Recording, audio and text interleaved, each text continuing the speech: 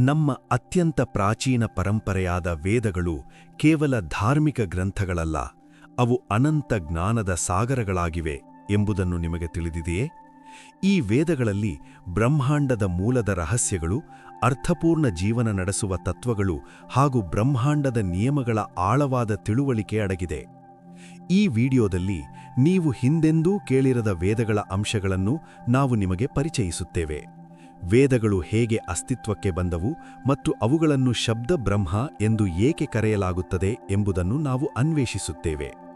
ವೇದಗಳ ಇತಿಹಾಸ, ಅವುಗಳ ರಚನೆ ಹಾಗೂ ಅವುಗಳ ಧಾರ್ಮಿಕ, ವೈಜ್ಞಾನಿಕ ಮತ್ತು ತಾತ್ವಿಕ ಮಹತ್ವವನ್ನು ನಾವು ಪರಿಶೀಲಿಸುತ್ತೇವೆ.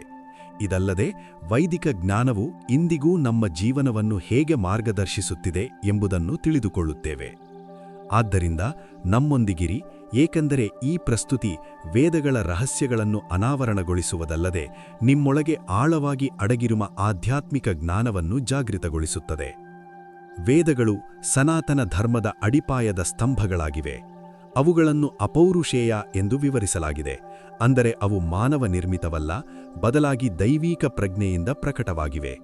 ಸೃಷ್ಟಿ ಪ್ರಾರಂಭವಾದಾಗ ಬ್ರಹ್ಮನು ಬ್ರಹ್ಮಾಂಡದ ರಚನೆ ಮತ್ತು ಆಡಳಿತವನ್ನು ವಿವರಿಸಲು ವೇದಗಳನ್ನು ಪ್ರಕಟಿಸಿದನು ಎಂದು ಹೇಳಲಾಗುತ್ತದೆ.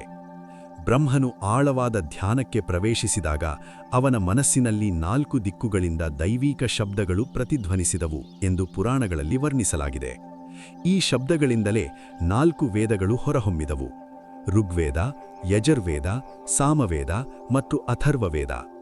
ಈ 4 ವೇದಗಳು ಕೇವಲ ಜ್ಞಾನದ ಮೂಲಗಳಲ್ಲ, ಅವು ವಿಶ್ವಶಕ್ತಿಯ ಭವ್ಯ ಸಂಗಮವನ್ನು ಪ್ರತಿನಿಧಿಸುತ್ತವೆ. ಅವುಗಳನ್ನು ಒಟ್ಟಾರೆ ಶ್ರುತಿ ಎಂದು ಕರೆಯಲಾಗುತ್ತದೆ, ಏಕೆಂದರೆ ಅವುಗಳನ್ನು ನೇರವಾಗಿ ಗ್ರಹಿಸಲಾಯಿತು ಮತ್ತು ಅನುಭವಿಸಲಾಯಿತು. ತೀವ್ರವಾದ ಧ್ಯಾನ ಮತ್ತು ಆಧ್ಯಾತ್ಮಿಕ ಅಭ್ಯಾಸ, ಸಾಧನೆಗಳ ಮೂಲಕ ಪ್ರಾಚೀನ ಋಷಿಗಳು ಈ ದೈವೀಕ ಕಂಪನಗಳನ್ನು ಸ್ಪಷ್ಟವಾಗಿ ಗ್ರಹಿಸಬಹುದಾಯಿತು. ಈ ಶಬ್ದಗಳಿಂದ ಪ್ರಕಟವಾದ ಮಂತ್ರಗಳು ಮತ್ತು ಸ್ತೋತ್ರಗಳನ್ನು ಅವರು ಕಂಠಪಾಠ ಮಾಡಿಕೊಂಡು ಮೌಖಿಕ ಪರಂಪರೆಯ ಮೂಲಕ ತಮ್ಮ ಶಿಷ್ಯರಿಗೆ ಹರಿಸಿದರು. ಇದರಿಂದಾಗಿ ಯಾವುದೇ ಲಿಖಿತ ದಾಖಲೆಗಳಿಲ್ಲದೆ ಸಾವಿರಾರು ವರ್ಷಗಳ ಕಾಲ ವೇದಗಳ ಜ್ಞಾನ ಸಂರಕ್ಷಿಸಲಾಯಿತು. ಈ ಮಂತ್ರಗಳನ್ನು ಪೀಳಿಗೆಯಿಂದ ಪೀಳಿಗೆಗೆ ಪೂರ್ಣ ನಿಖರತೆಯಿಂದ ಉಚ್ಚಾರಣೆ ಮತ್ತು ಲಯವನ್ನು ಕಾಪಾಡಿಕೊಂಡು ರವಾನಿಸಲಾಗಿದೆ ಎಂಬುದು ಆಶ್ಚರ್ಯಕರ ಸಂಗತಿ. ಪ್ರತಿಯೊಂದು ವೇದವೂ ತನ್ನದೇ ಆದ ವೈಶಿಷ್ಟ್ಯ ಮತ್ತು ಶಕ್ತಿಯನ್ನು ಹೊಂದಿದೆ. ಋಗ್ವೇದವು ಸೃಷ್ಟಿಯ ರಹಸ್ಯಗಳನ್ನು ವಿವರಿಸುತ್ತದೆ, ಯಜುರ್ವೇದವು ಯಜ್ಞಗಳ ವಿಧಾನಗಳನ್ನು ತಿಳಿಸುತ್ತದೆ, ಸಾಮವೇದವು ಸಂಗೀತ ಮತ್ತು ಭಕ್ತಿಯ ಆಧಾರವಾಗಿದೆ, ಅಥರ್ವವೇದವು ಔಷಧೀಯ ಜ್ಞಾನ ಮತ್ತು ರಕ್ಷಣಾತ್ಮಕ ಮಂತ್ರಗಳ ಭಂಡಾರವಾಗಿದೆ. ವೇದಗಳ ದೈವೀಕತೆಯನ್ನು ಗ್ರಹಿಸಲು ನಾದ ಮತ್ತು ಶಬ್ದ ಬ್ರಹ್ಮದ ಮಹತ್ವವನ್ನು ಅರಿತುಕೊಳ್ಳಬೇಕು. ನಾದವು ಬ್ರಹ್ಮಾಂಡದ ಪ್ರತಿಯೊಂದು ಕಣದಲ್ಲೂ ಪ್ರತಿಧ್ವನಿಸುವ ಅನುರಣನವಾಗಿದೆ. ವಿಜ್ಞಾನಿಗಳು ಸಹ ಬ್ರಹ್ಮಾಂಡದಲ್ಲಿ ಕಂಪನಗಳು ಧ್ವನಿ ತರಂಗಗಳ ರೂಪದಲ್ಲಿ ವ್ಯಕ್ತವಾಗುತ್ತವೆ ಎಂದು ಒಪ್ಪಿಕೊಳ್ಳುತ್ತಾರೆ. ವೇದಗಳು ಈ ದೈವೀಕ ಧ್ವನಿಯ ಪರಿಪೂರ್ಣತೆಯ ಬಗ್ಗೆ ಬೋಧಿಸುತ್ತವೆ. ಅದೇ ಶಬ್ದ ಬ್ರಹ್ಮ, ಸೃಷ್ಟಿಯ ಎಲ್ಲಾ ಪ್ರಕ್ರಿಯೆಗಳನ್ನು ನಿಯಂತ್ರಿಸುವ ಶಕ್ತಿ.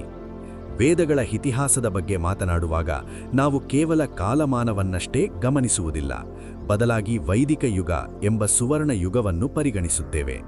ಈ ಕಾಲದಲ್ಲಿ ಮಾನವ ಸಮಾಜವು ಧರ್ಮ, ಜ್ಞಾನ ಮತ್ತು ಪ್ರಕೃತಿಯ ನಿಯಮಗಳೊಂದಿಗೆ ಸಮನ್ವಯದಲ್ಲಿ ಬದುಕಿತ್ತು. ವೇದಗಳನ್ನು ಸನಾತನ ಎಂದು ಕರೆಯಲಾಗುತ್ತದೆ, ಅಂದರೆ ಅವು ಶಾಶ್ವತ ಮತ್ತು ಆರಂಭವಿಲ್ಲದ್ದು. ವಿದ್ವಾಂಸರು ವೈದಿಕ ಯುಗವನ್ನು ಸಾಮಾನ್ಯವಾಗಿ ಕ್ರಿಪೂರ್ವ 1500 ಹಿಂದಿನ ಕಾಲಕ್ಕೆ ಸಂಬಂಧಿಸುತ್ತಾರೆ, ಆದರೆ ವೇದಗಳ ಜ್ಞಾನ ಕಾಲಾತೀತವಾಗಿದೆ. ಈ ಜ್ಞಾನವನ್ನು ಸಂರಕ್ಷಿಸುವಲ್ಲಿ ಋಷಿಗಳ ಪಾತ್ರ ಅತ್ಯಂತ ಮಹತ್ವದ್ದು. ಅವರು ಮಂತ್ರದ್ರಷ್ಟರು, ಮಂತ್ರಗಳನ್ನು ನೇರವಾಗಿ ಅನುಭವಿಸಿದವರು. ಉದಾಹರಣೆಗೆ, ಗಾಯತ್ರಿ ಮಂತ್ರವನ್ನು ಮಹರ್ಷಿ ವಿಶ್ವಾಮಿತ್ರರು ಪ್ರಕಟಿಸಿದರು.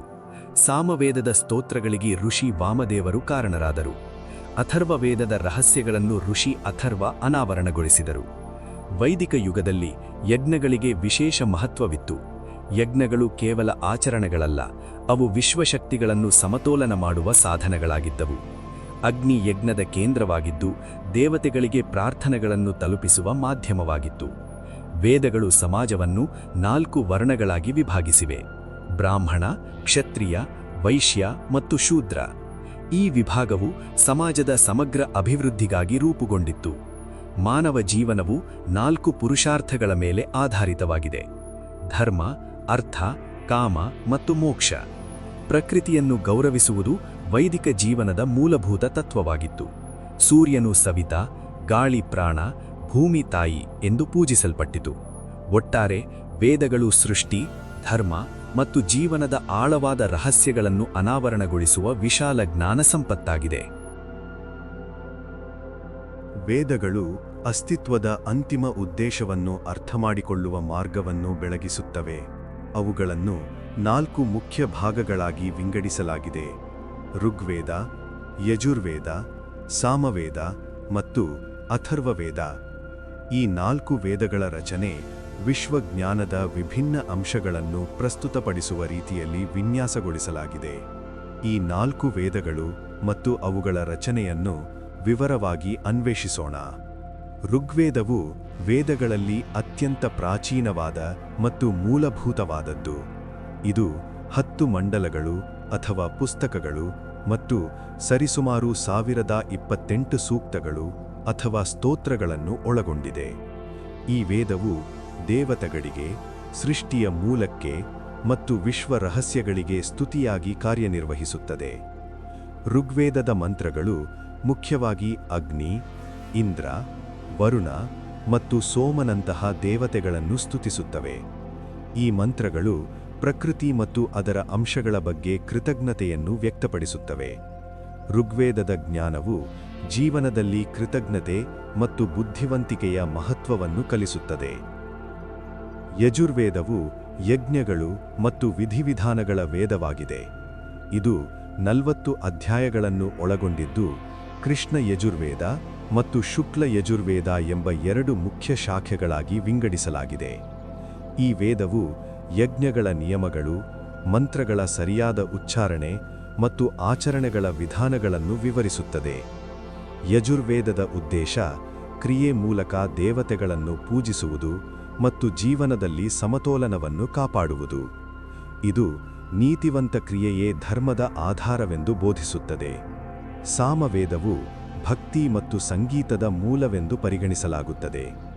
ಇದು ಸುಮಾರು 1875 ಶ್ಲೋಕಗಳ ಸಂಕಲನವಾಗಿದ್ದು, ಅವುಗಳಲ್ಲಿ ಬಹುಪಾಲು ಋಗ್ವೇದದಿಂದ ಪಡೆದವುಗಳಾಗಿವೆ, ಆದರೆ ಸಂಗೀತ ಲಯಕ್ಕೆ ಹೊಂದಿಸಲಾಗಿದೆ. ಸಾಮವೇದದ ಮಂತ್ರಗಳನ್ನು ಹಾಡಲು ಉದ್ದೇಶಿಸಲಾಗಿದೆ. ಅವುಗಳ ಅನುರಣವು ವಿಶ್ವಶಕ್ತಿಯನ್ನು ಸಕ್ರಿಯಗೊಳಿಸುತ್ತದೆ ಎಂದು ನಂಬಲಾಗಿದೆ. ಈ ವೇದವು ಸಂಗೀತ ಮತ್ತು ಭಕ್ತಿಯ ಮೂಲಕ ಆತ್ಮವನ್ನು ಪರಮಾತ್ಮನೊಂದಿಗೆ ಐಕ್ಯಗೊಳಿಸುವ ಮಾರ್ಗವನ್ನು ತೋರಿಸುತ್ತದೆ. ಅಥರ್ವವೇದವನ್ನು ನಿಗೂಢ ಜ್ಞಾನ ಮತ್ತು ಔಷಧೀಯ ತಿಳುವಳಿಕೆಯ ವೇದವೆಂದು ಕರೆಯಲಾಗುತ್ತದೆ.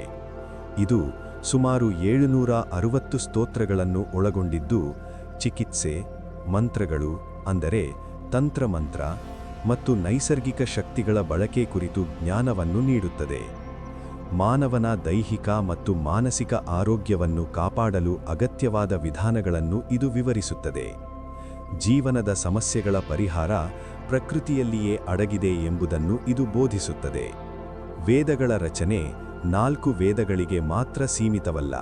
ಪ್ರತಿಯೊಂದು ವೇದವು 4 ಮುಖ್ಯ ಭಾಗಗಳನ್ನು ಒಳಗೊಂಡಿದೆ: ಸಂಹಿತೆಗಳು, ಬ್ರಾಹ್ಮಣಗಳು, ಆರಣ್ಯಕಗಳು ಮತ್ತು ಉಪನಿಷತ್ತುಗಳು. ಸಂಹಿತೆಗಳು ಮಂತ್ರಗಳ ಸಂಗ್ರಹವಾಗಿವೆ. ಅವು ದೇವತೆಗಳ ಸ್ತುತಿ ಮತ್ತು ಯಜ್ಞಗಳಲ್ಲಿ ಬಳಸಲಾಗುತ್ತವೆ. ಬ್ರಾಹ್ಮಣಗಳು ಯಜ್ಞಗಳ ವಿಧಾನಗಳು ಮತ್ತು ಅವುಗಳ ಅರ್ಥವನ್ನು ವಿವರಿಸುತ್ತವೆ. ಆರಣ್ಯಕಗಳು ಕಾಡಿನಲ್ಲಿ ಅಧ್ಯಯನ ಮಾಡಲಾಗುತ್ತಿದ್ದ ಧ್ಯಾನ ಮತ್ತು ಆಧ್ಯಾತ್ಮಿಕ ಅಭ್ಯಾಸಗಳಿಗೆ ಸಂಬಂಧಿಸಿದ ಪಠ್ಯಗಳಾಗಿವೆ. ಉಪನಿಷತ್ತುಗಳು ವೇದಗಳ ಅಂತಿಮ ಭಾಗವಾಗಿದ್ದು, ಆತ್ಮ, ಬ್ರಹ್ಮನ್ ಮತ್ತು ಮೋಕ್ಷ ಕುರಿತು ಆಳ ತತ್ವಗಳನ್ನು ವಿವರಿಸುತ್ತವೆ. ವೇದಗಳ ಮಂತ್ರಗಳು, ಸೂಕ್ತಗಳು ಮತ್ತು ಋಚಗಳು ಕೇವಲ ಪದಗಳಲ್ಲ, ಅವು ವಿಶ್ವಶಕ್ತಿಯ ವಾಹಕಗಳಾಗಿವೆ. ಸರಿಯಾದ ಉಚ್ಚಾರಣೆ ಮತ್ತು ಲಯದೊಂದಿಗೆ ಪಠಿಸಿದಾಗ ಅವುಗಳ ಶಕ್ತಿ ಜಾಗೃತವಾಗುತ್ತದೆ. ಪ್ರತಿಯೊಂದು ಮಂತ್ರದಲ್ಲಿಯೂ ಅದರ ಅರ್ಥದ ಜೊತೆಗೆ ಅದರ ಧ್ವನಿ ಮತ್ತು ಲಯಕ್ಕೂ ಮಹತ್ವವಿದೆ. ಉದಾಹರಣೆಗೆ, ಗಾಯತ್ರಿ ಮಂತ್ರವು ಮಾನಸಿಕ ಶಾಂತಿ ಮತ್ತು ಆಧ್ಯಾತ್ಮಿಕ ಬೆಳವಣಿಗೆಗೆ ಅತ್ಯಂತ ಶಕ್ತಿಶಾಲಿ ಸಾಧನವೆಂದು ಪರಿಗಣಿಸಲಾಗಿದೆ. ವೇದಗಳು ಬ್ರಹ್ಮಜ್ಞಾನದ ಪ್ರಸಾರವೇ ಮುಖ್ಯ ಉದ್ದೇಶವೆಂದು ತಿಳಿಸುತ್ತವೆ. ಬ್ರಹ್ಮವು ನಿರಾಕಾರ, ಅನಂತ ಮತ್ತು ಸರ್ವವ್ಯಾಪಿ. ಉಪನಿಷತ್ತುಗಳಲ್ಲಿನ ಅಹಂ ಬ್ರಹ್ಮಾಸ್ಮಿ ತತ್ವವು ಆತ್ಮ ಮತ್ತು ಪರಮಾತ್ಮ ಒಂದೇ ಎಂಬುದನ್ನು ಸೂಚಿಸುತ್ತದೆ. ವೇದಗಳು ಆತ್ಮವು ಶಾಶ್ವತ ಮತ್ತು ಅಮರವಾಗಿದೆ ಎಂದು ಬೋಧಿಸುತ್ತವೆ. ಅದು ದೇಹವನ್ನು ಬದಲಾಯಿಸುತ್ತದೆ, ಆದರೆ ನಾಶವಾಗುವುದಿಲ್ಲ. ವೇದಗಳು ಮಾನವ ಜೀವನದ 4 ಮುಖ್ಯ ಗುರಿಗಳನ್ನು ವಿವರಿಸುತ್ತವೆ: ಪುರುಷಾರ್ಥಗಳು, ಧರ್ಮ, ಅರ್ಥ, ಕಾಮ ಮತ್ತು ಮೋಕ್ಷ. ವೇದಗಳು ಯಜ್ಞ, ತಪಸ್ಸು ಮತ್ತು ಧ್ಯಾನವನ್ನು ಈ ಗುರಿಗಳನ್ನು ಸಾಧಿಸುವ ಮಾರ್ಗಗಳಾಗಿ ಸೂಚಿಸುತ್ತವೆ. ಯಜ್ಞವು ಕೇವಲ ಆಚರಣೆ ಮಾತ್ರವಲ್ಲ, ಅದು ವಿಶ್ವಶಕ್ತಿಯನ್ನು ಸಮನ್ವಯಗೊಳಿಸುವ ಆಧ್ಯಾತ್ಮಿಕ ಪ್ರಕ್ರಿಯೆಯಾಗಿದೆ. ತಪಸ್ಸು ಆತ್ಮವನ್ನು ಶುದ್ಧೀಕರಿಸುತ್ತದೆ. ಧ್ಯಾನ ಪರಮಾತ್ಮನೊಂದಿಗೆ ಸಂಪರ್ಕ ಸಾಧಿಸುತ್ತದೆ. ವೇದಾಧಾರಿತ ಆಚರಣೆಗಳು ಮನುಷ್ಯ ಮತ್ತು ದೇವತೆಗಳ ನಡುವೆ ಸೇತುವೆಯನ್ನು ನಿರ್ಮಿಸುತ್ತವೆ. ಗೃಹ್ಯ ಸೂತ್ರಗಳು ಮತ್ತು ಶ್ರೌತ ಸೂತ್ರಗಳು ಈ ಆಚರಣೆಗಳ ವಿಧಾನಗಳನ್ನು ವಿವರಿಸುತ್ತವೆ. ವಿವಾಹ, ಉಪನಯನ ಮುಂತಾದ ವಿಧಿಗಳು ವೇದಗಳ ಬೋಧನೆಗಳ ಮೇಲೆ ಆಧಾರಿತವಾಗಿವೆ. ಗಾಯತ್ರಿ ಮಂತ್ರ, ಸೂರ್ಯ ಉಪಾಸನೆ ಮತ್ತು ಪಂಚ ಮಹಾಯಜ್ಞಗಳು ಮಾನವನು ತನ್ನ ಜೀವನದಷ್ಟೇ ಅಲ್ಲ, ಸಮಾಜ ಮತ್ತು ಪ್ರಕೃತಿಯತ್ತವೂ ಕರ್ತವ್ಯ ಹೊಂದಿದ್ದಾನೆ ಎಂಬುದನ್ನು ಸೂಚಿಸುತ್ತವೆ. ವೇದಗಳಲ್ಲಿ ಖಗೋಳಶಾಸ್ತ್ರದ ವಿವರಣೆಗಳು ದೊರೆಯುತ್ತವೆ. ಋಗ್ವೇದದಲ್ಲಿ ಸೂರ್ಯ, ಚಂದ್ರ, ಗ್ರಹಗಳು ಮತ್ತು ನಕ್ಷತ್ರಗಳ ಉಲ್ಲೇಖಗಳಿವೆ. ಕಾಲಗಣನೆ ಮತ್ತು ಭೂಮಿಯ ಅಳತೆಯಂತಹ ವಿಷಯಗಳನ್ನು ಸರಳವಾಗಿ ವಿವರಿಸಲಾಗಿದೆ. ಜ್ಯೋತಿಷ್ಯಶಾಸ್ತ್ರವು ಗ್ರಹಗಳ ಪ್ರಭಾವ ಮತ್ತು ಸಮಯದ ಸ್ವರೂಪವನ್ನು ಅಧ್ಯಯನ ಮಾಡುವ ವಿಜ್ಞಾನವಾಗಿದೆ. ಯಜುರ್ವೇದ ಮತ್ತು ಅಥರ್ವವೇದಗಳಲ್ಲಿ ದಿನರಾತ್ರಿ ಚಕ್ರ, ಗ್ರಹಣಗಳು ಮತ್ತು ನಕ್ಷತ್ರಗಳ ಚಲನೆಗಳ ಕುರಿತು ವಿವರಣೆಗಳಿವೆ. ಆಯುರ್ವೇದ ಎಂಬ ವೈದ್ಯಶಾಸ್ತ್ರವು ಅಥರ್ವವೇದದ ಅವಿಭಾಜ್ಯ ಭಾಗವಾಗಿದೆ. ಇದು ಮಾನವ ದೇಹದ ರಚನೆ, ರೋಗಗಳ ಕಾರಣಗಳು ಮತ್ತು ಅವುಗಳ ಚಿಕಿತ್ಸಾ ತತ್ವಗಳನ್ನು ವಿವರಿಸುತ್ತದೆ. ಚರಕ ಮತ್ತು ಸುಶ್ರುತರಂತಹ ಪ್ರಾಚೀನ ಋಷಿಗಳು ವೇದಗಳ ಆಧಾರದ ಮೇಲೆ ಆಯುರ್ವೇದವನ್ನು ಅಭಿವೃದ್ಧಿಪಡಿಸಿದರು.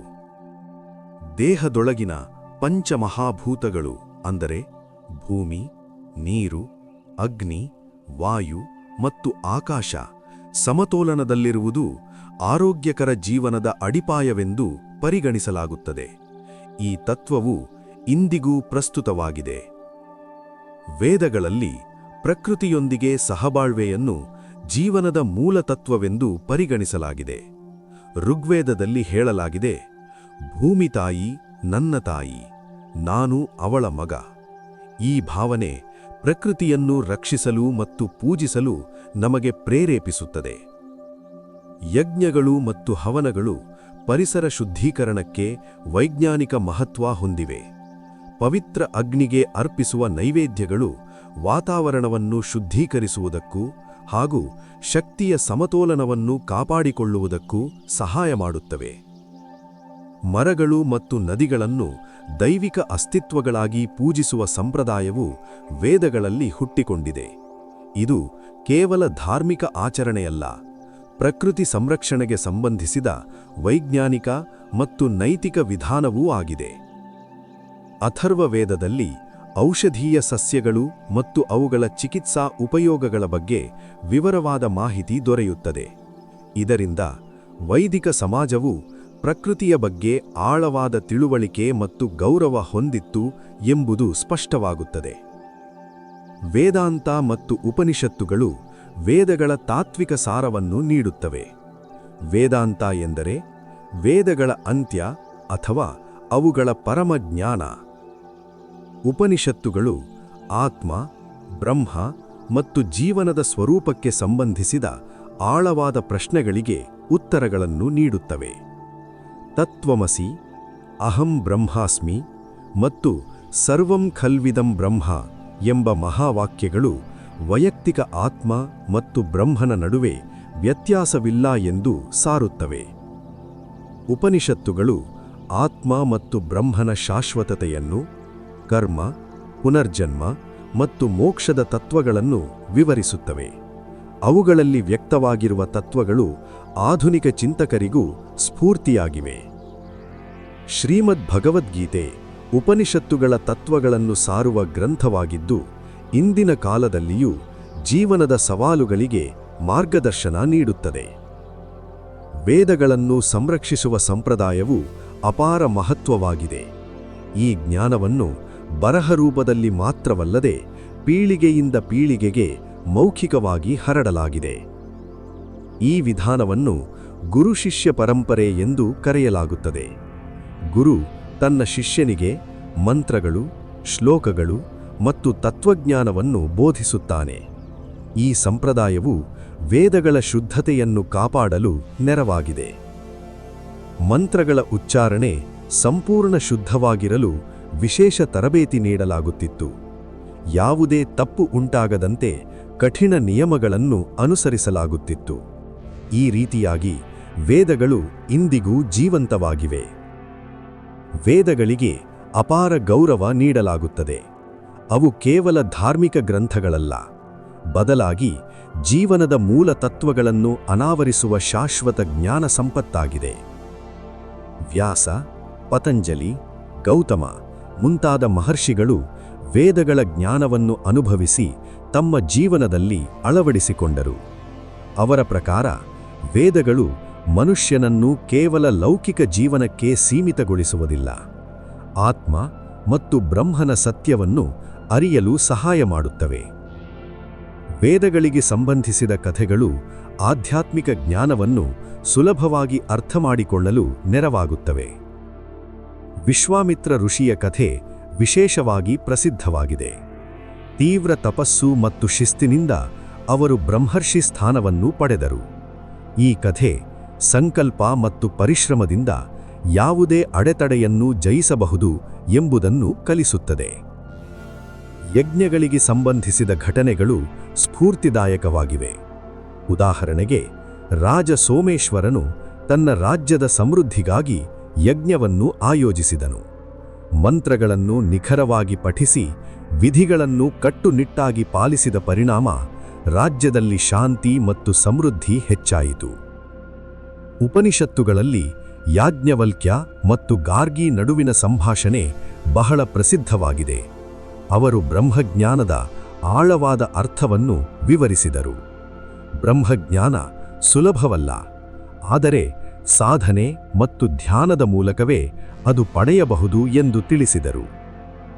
ಈ ಕಥೆ ಬ್ರಹ್ಮಜ್ಞಾನವು ಕೇವಲ ಬುದ್ಧಿಶಕ್ತಿಯಿಂದ ಮಾತ್ರವಲ್ಲ, ಅನುಭವ ಮತ್ತು ಸಾಧನೆಯ ಮೂಲಕವೇ ದೊರೆಯುತ್ತದೆ ಎಂಬುದನ್ನು ಸಾರುತ್ತದೆ.